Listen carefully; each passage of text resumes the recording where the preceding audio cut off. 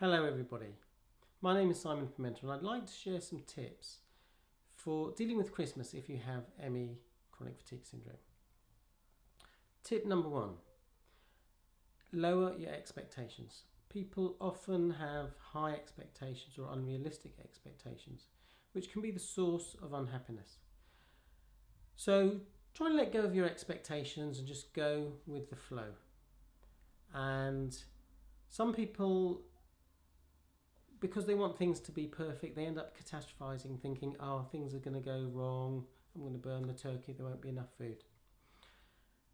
Again, take a deep breath and let go of all of that. Consider the possibilities. Yeah, you might burn the turkey, but it's also possible that you might cook a perfect turkey, a really lovely turkey. So do your preparation, decide how much food you need, etc. if you are involved with all of that, and then assume the best. Point two, plan.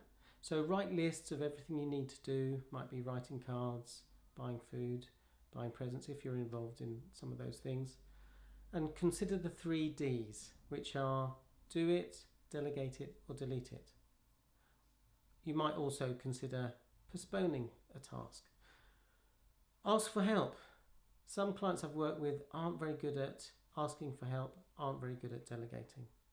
It might be if you find delegating difficult, you think you're going to do a better job than they will. So you might just need to give that person better guidelines if that's an issue. It might be you just need to let go and let them do it their way. So when it comes to wrapping presents, for instance, I used to, even when I had ME, I'd enjoy having someone come around and we'd wrap presents together, listen to classic FM. But someone posted a great idea recently on a Facebook group to actually buy canvas bags and just put name tags on the presents.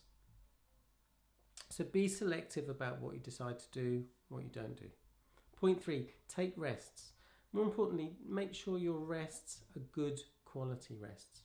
If you're lying there worrying about stuff, that is not restful.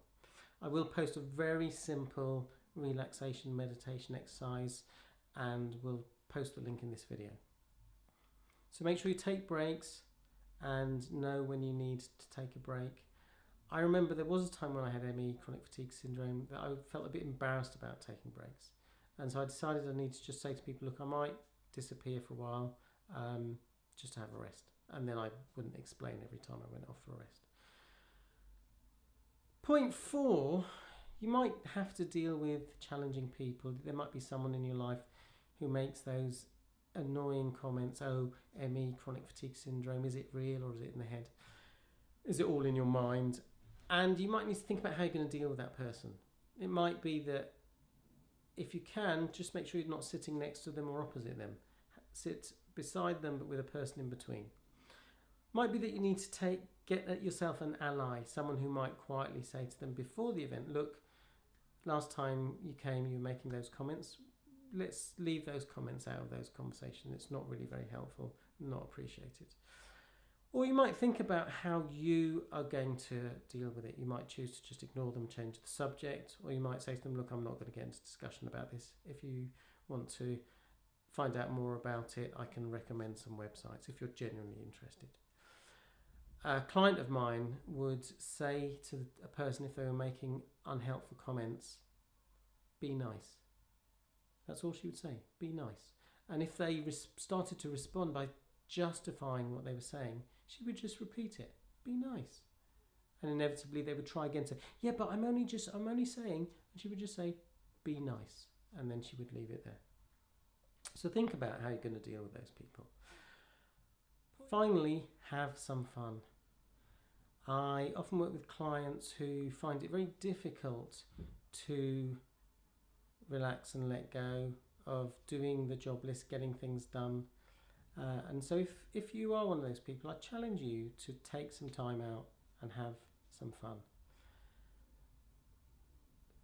Think about the things that you enjoy doing, whether it's hanging out with nice people, listening to uplifting music, films, or watching comedy stuff that makes you laugh. I like to comment that my friend Vishal Soni made, which is to indulge your mind, body and soul.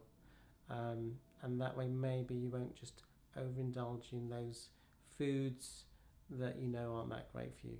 Of course, a little bit of what we fancy is always good. So anyway, I hope you found those tips helpful and that they've given you some food for thought. I hope you have a peaceful and enjoyable Christmas.